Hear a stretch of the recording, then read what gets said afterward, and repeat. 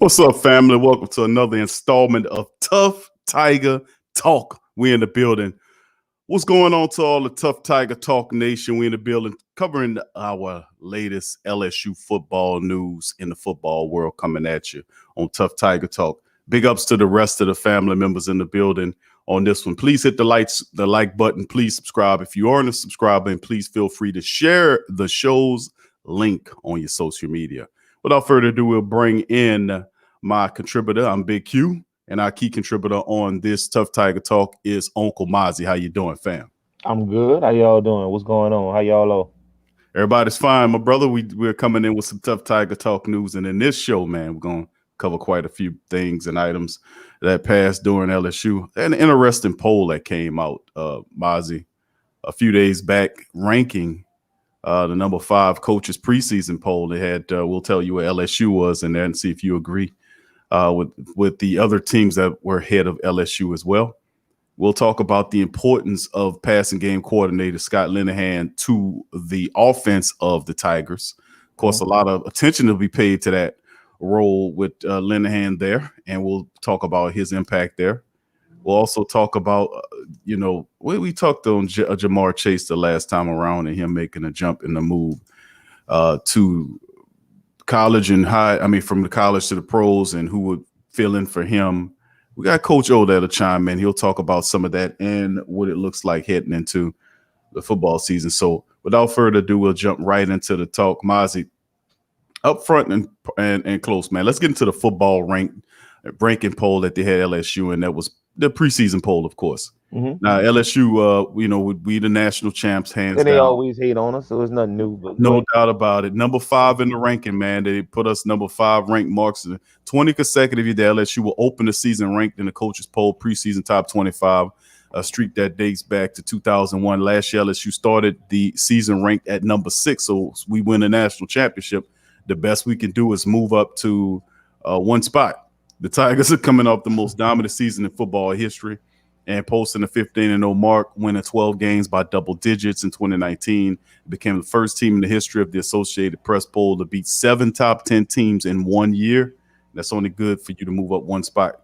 They say all those guys that help you out, they're gone, and the coaches that help with that system, they're gone, so we're just going to move you at one spot. The Tigers claim that the 4th national title in football with the double-figure win over Georgia, number 4th ranked Georgia SEC championship game, followed by an absolute decimation, 63-28 victory over Oklahoma, which was ranked number 4, by the way. And then in the college football playoff semifinal, they went 42-25 win over Clemson, number 3 ranked at the time, to take the title. LSU in the 2020 season having won 16 straight games, only good enough, Mozzi, to be number 5 on the coaches preseason poll.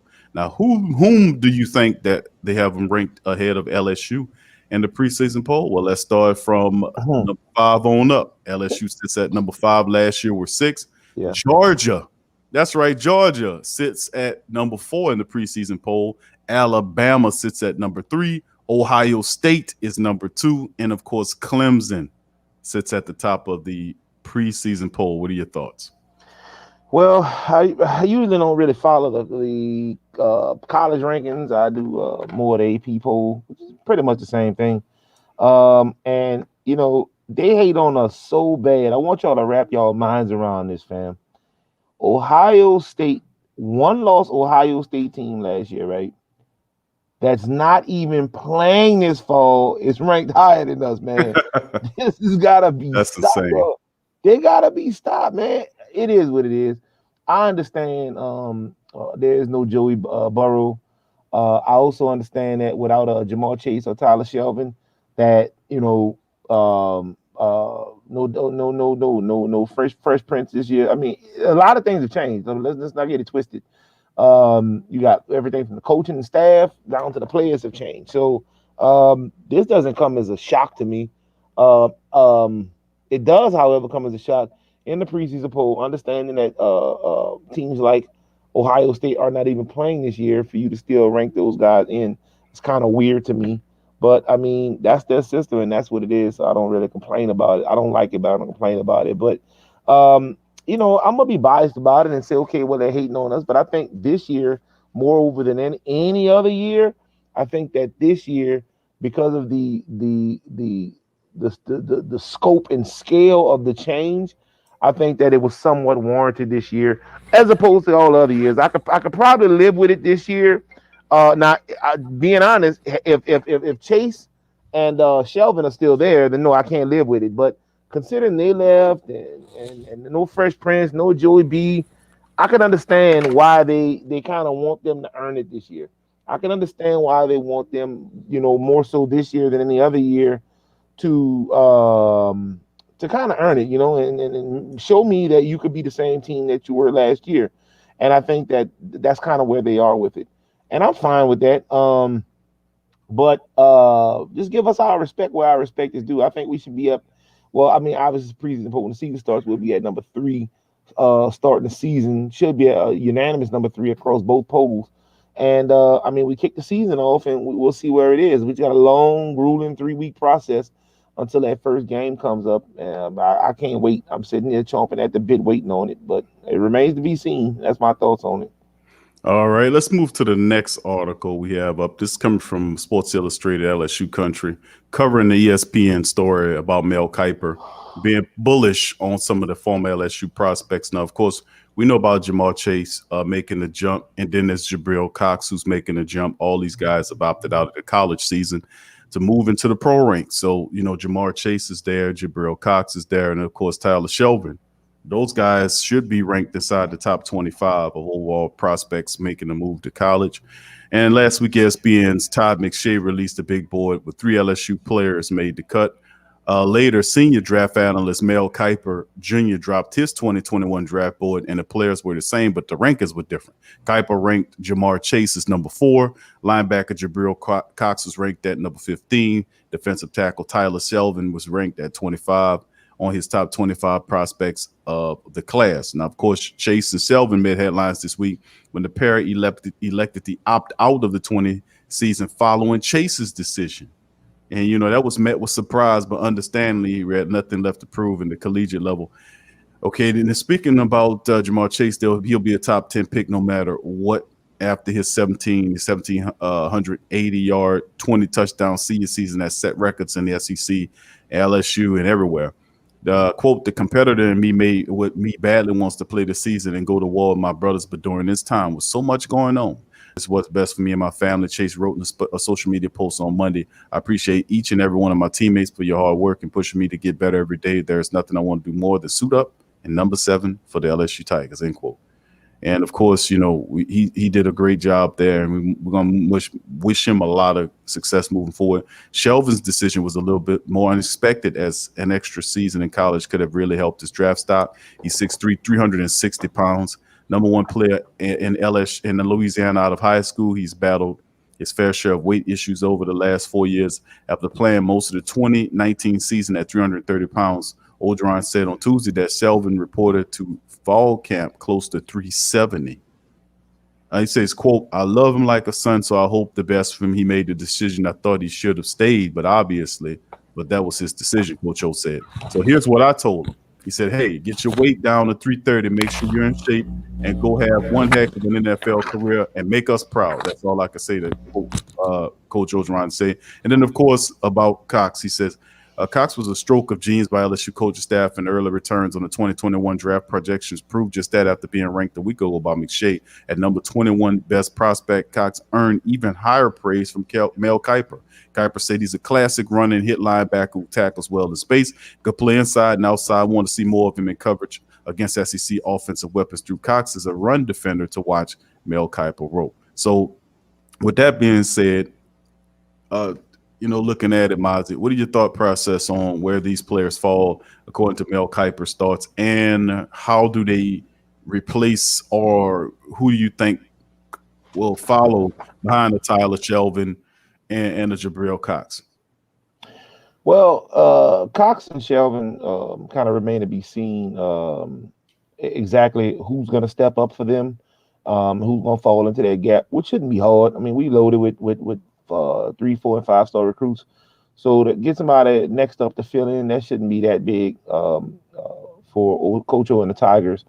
As far as the draft selection, where they fall, I definitely think that Shelvin is going to have to tone down his weight, just some. This ain't your mama offensive lineman. This ain't the big 350-pound dude that can't move, that all wear braces on their knees.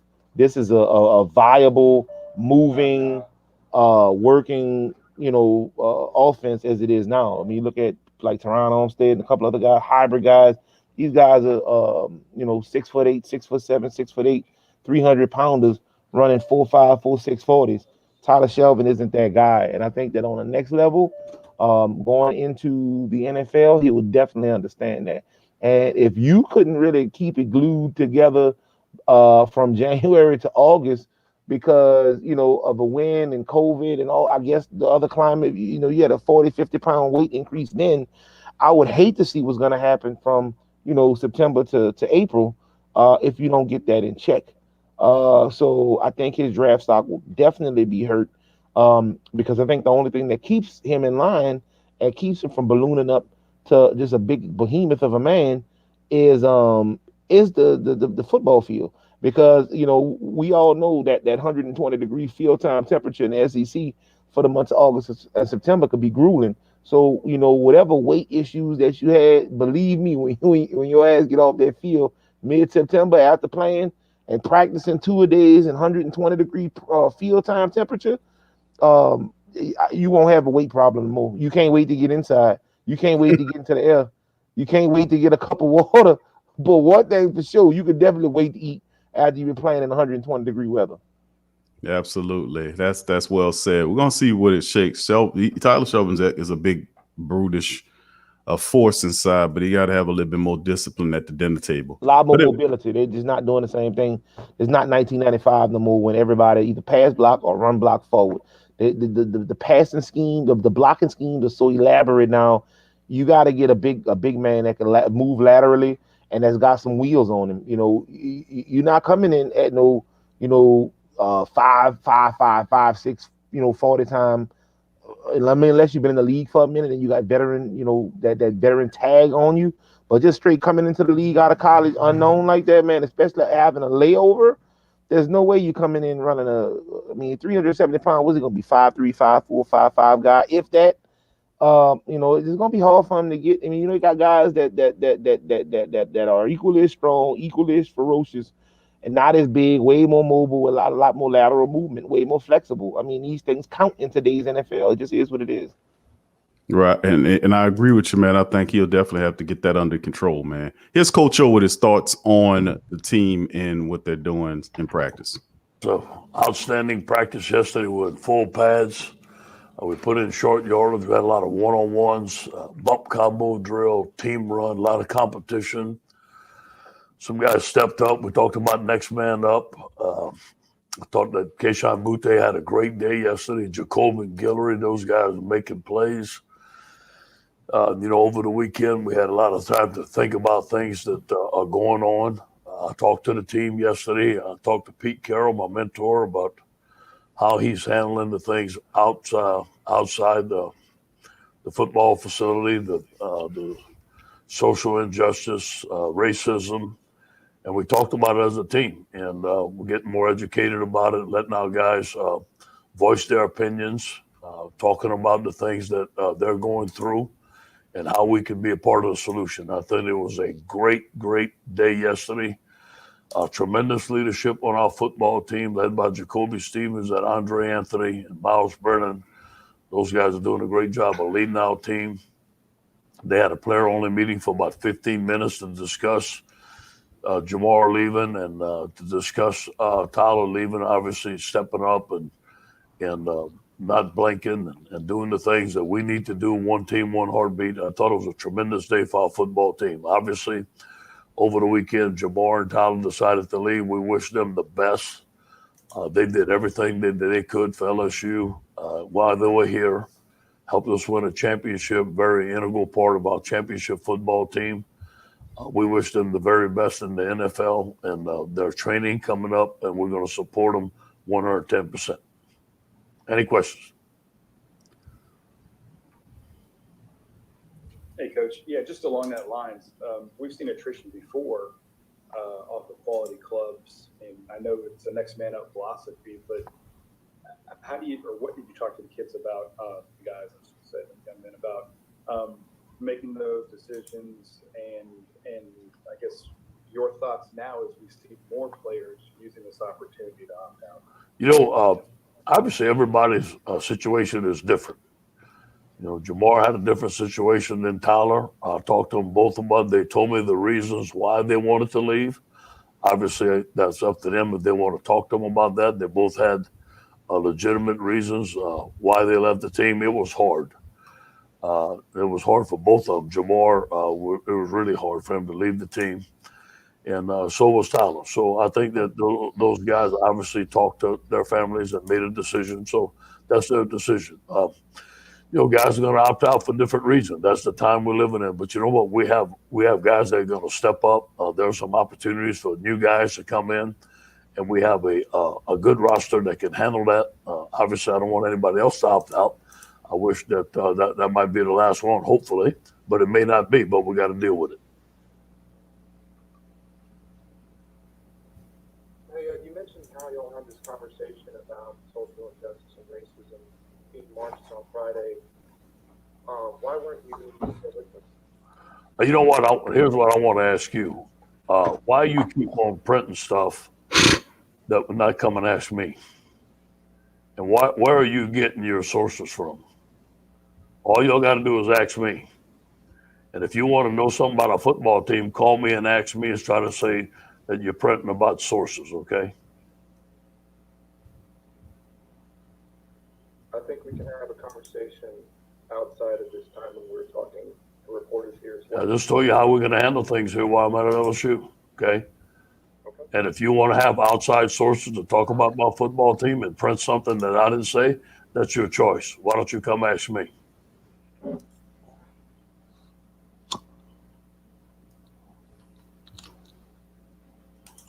I guess Coach O told that guy.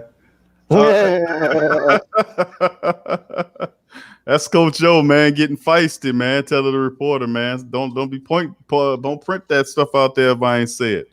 But anyway, man, that's Coach O. Uncle Mozzi, what's your thought process on what you heard from Coach O?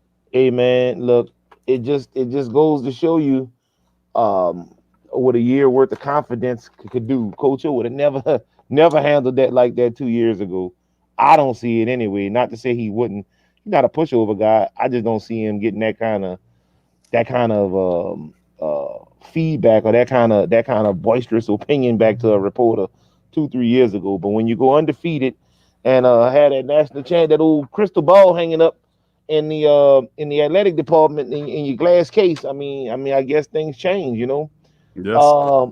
Yeah. So going into what he talked about in the press conference, it's not a secret. I mean, he's saying everything correct. They got to kind of get over it. It is a big hit. But again, Keyshawn Butte should be a adequate replacement. He's definitely going to give you that Jamar Chaseness. He's a little lighter than Chase. He's probably giving up about 20-25 pounds. I don't like that. I think he needs to get up more around that 195, 200-pound range to be able to effectively go against some of these corners and safeties at some of the SEC schools who, top out at 195, 200. These guys are real athletic and they're real feisty. I just don't know if Butte has enough weight and strength to be able to power through it. He's fast. I mean, he's a rocket, but he's a freshman too, so he has time. But he will, kind of help fill in that Jamar Chase role. Hopefully, Jefferson is going to obviously be another big shoes to fill. So, with that, man, all I could say is maybe Terrace Marshall, maybe. He was pretty good last year. A couple of injuries, missed a few games. Still had 12 starts though. So, I mean, a couple touchdowns, maybe 10, 12, 15 touchdowns, whatever it was. So maybe he could step up and kind of fill that gap in with Justin Jefferson. He's a junior now, so it's the closest thing that we had. Jefferson was obviously a junior last year when he left. So I mean, it is what it is. Or he was a junior coming into this season, but I mean, it is what it is. So hopefully we can kind of get those things in perspective and go ahead and move forward, and like nothing ever changed. If we can't, I'm sure our defense will find a way to compensate, even if our offense isn't as potent.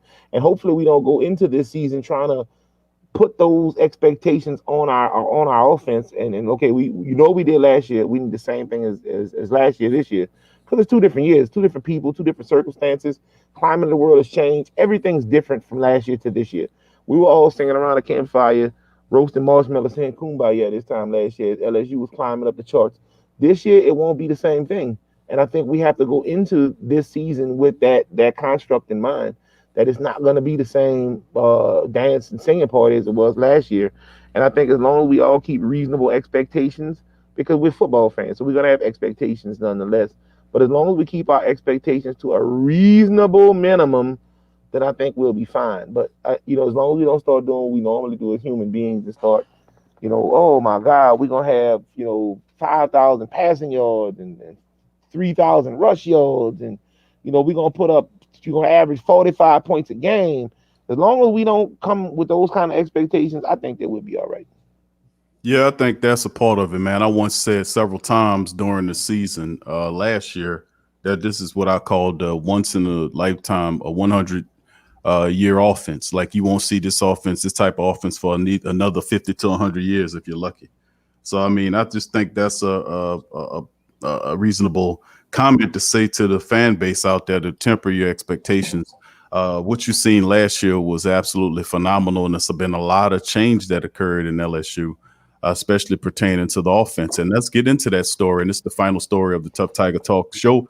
LSU football passing game coordinator Scott Linehan's role more important than ever. That's also from Sports Illustrated's LSU Country. And it stipulates that when Brady left for the Carolina Panthers, Joe Brady, the vacancy left behind the pass game coordinator immediately became one of the most attractive college football assistant jobs in the country. Coach O eventually settled on longtime NFL offensive coordinator head coach Scott Linehan to aid in year 2 of the spread offense under Steve Ernstminger. Like Brady a year ago, Linehan will work with the receivers and also find creative ways for the Tigers to have success in the red zone. His role became even more balanced with the loss of even more enhanced, with the loss of star wide receiver Jamar Chase, which is impactful. It'll be Linehan's job to work alongside Mikey Joseph and help some of the younger receivers make an even quicker adjustment to life in college football. Linehan also had remarkable success with Hall of Fame talents like Randy Moss and Kelvin Johnson Jr. in the past. Since his arrival at Baton Rouge, Orgeron's seen Linehan as proved to be a terrific hire for the Purple and Gold. And, quote, he's brought in some different techniques to our receivers. He's brought in some things that he did in the NFL, especially for Eric Gilbert, the outstanding tight end that's new to LSU. I think if you asked Jamar Chase, he was very happy with him, Orgeron said on Tuesday. Now, Terrence Marshall Jr., Eric Gilbert, and Racey McMath will be required to do much of the heavy lifting with Chase out of the picture. Marshall and Gilbert figured to be go-to threats for quarterback Miles Brennan at times, but particularly in the red zone this season. So the one thing I can say about Scott, he's been a head coach, he's been a coordinator, and he's about as level-headed as a professional as anybody I've been around. He's a great staff guy. Our guys love him. Him and Mickey work well together. He and Steve work well together. I think he was a tremendous hire. That's Coach O. And we're talking about Gilbert, Eric Gilbert, the freshman phenom. He has been the talk of the offseason as the Tigers' most exciting new weapons. Orgeron has multiple times one of the benefits of bringing Linehan aboard, and he knows how to get the most out of the receivers. Now, with all that said, and we're talking about Linehan, what do you think his impact will be as the passing game coordinator? Now, you got a lot to work with. Now, Racey McMath and Terrence Marshall Jr., these are big receivers, and Eric Gilbert's a phenomenal target as well. So when you got a guy like Miles Brennan at helm taking over the QB position, it's always good to have a running game, in which LSU has a 3-headed monster attack. Some say a 4-headed monster attack to help him move and run the ball. But you need a tight end that can catch and move the chains, and Eric Gilbert represents that. What do you think Linehan's contribution will be to the passing game? Well, I mean, when you bring Linehan in, what you're bringing in is the same NFL prowess that you had with Joe Brady last year. So when you bring him in, you also bringing in the head coaching experience that he had out in St. Louis, 20 plus years of NFL experience, both as a head coach and offensive coordinator. So I think you need this in a way, because This was the magic pill, the sensu bean, if you will, to to Joe Brady's. I mean, to Joey B's success last year. When you look at what he was able to accomplish with Brady, and a lot of it had to do with age. What was it was maybe 30, 31 years old. Joey B was what, 20, 21 years old, whatever it was. Mm-hmm. So, you know, a lot of it was the fact that he felt as though Joe Brady was like a big brother role, but they could still kind of talk about the same things because they were phonetically, I guess, in the same age bracket. They were both technically millennials. So when you look at it, I mean, for Hurricane Katrina, Joe Brady was only what, 10 years, I mean, about maybe 15 years old at the most. Wrap your mind around that, because you know how old we are. I'm not gonna give it out on camera, but on the show. But remember where we were for Hurricane Katrina. This guy was in like high school. So to have him come and kind of mentor Joey B was an awesome move, because it was the buffer between the old honorary mean football coaches that always want to tell you what to do, and like a big brother, a guy that could come in and you can kind of, you know, have a drink with, or talk about girls with, or whatever. That's why that worked so well. Linehan, although he has the experience, he definitely doesn't have the age. He's been coaching longer than a lot of these people have even been alive that's playing for the LSU football Tigers. So he's gonna have to keep an open mind. I hope that he comes progressive. I hope that he comes to work. I hope that he comes with a 2020 football mindset and not a 1920 football mindset. So a lot of the time with these older coaches, they come in and want to implement their will from, you know, 30, 40 years ago, and it's just obsolete. It's like having a big dumb slow center in the NBA right now. It's just obsolete. You know, we don't, you don't need centers to win an NBA anymore. Similar to the NFL, this is not a pounding ground. I got one running back, one main wide receiver, and one quarterback, and we're all gonna sit and die with this team, and we'll play our entire career here. That's not how this works anymore. You got all of these awesome vanity packages, 4 and 5 running backs at your disposal, 10 receivers at your disposal. Shit, sometimes even 2 quarterbacks at your disposal. One you use for running plays and wildcat, and one you use for actual passing plays. So, I mean, coming down back to the collegiate level, Linehan's going to have to, you know, be mindful that this isn't 1995 anymore, and things are a lot different. So as long as he keeps those things in perspective and he keeps that mindset, I think everybody will be fine. Yeah, that says a lot. They're not completely cupboards are bare there, man. You know, they have a lot of talent at the wide receiver position. Terrence Marshall, man, is a lot of people like what he was doing last year and think that with a larger role he can excel and keep that great lineage of really talented wide receivers going at LSU. And of course, Racey McMath has had a lot of time here as well. Be interested to see what he can do. But there are also other guys and young talents at the wide receiver position. And in the offense period, guy like Trey Palmer and Keyshawn Butte, Coy Moore, the rest of these guys, they'll be called upon in that wide open spread offense that LSU's looking to keep going to defend that national championship. So, I mean, that's greatly is said. But anyway, man, that's been Tough Tiger Talk, man. I sure hope you enjoyed Tough Tiger Talk. And remember, family, we'll be coming at you guys every Saturday at 11 o'clock. That's our new foundation time for Tough Tiger Talk, every Saturday at 11 o'clock. So please hit that, put that in your reminder. Please hit the like button. Please feel free to share the show on your social media links as well as we continue to talk about Tough Tiger Talk. Big up to Big Smoke Dog out there in the building. Just big up to Smoke Dog in the building as well as Mozzi provides the special effects. So for me and Mozzi, thank y'all for joining in Tough Tiger Talk. We'll see y'all later on TSC later this afternoon. So peace out to the family.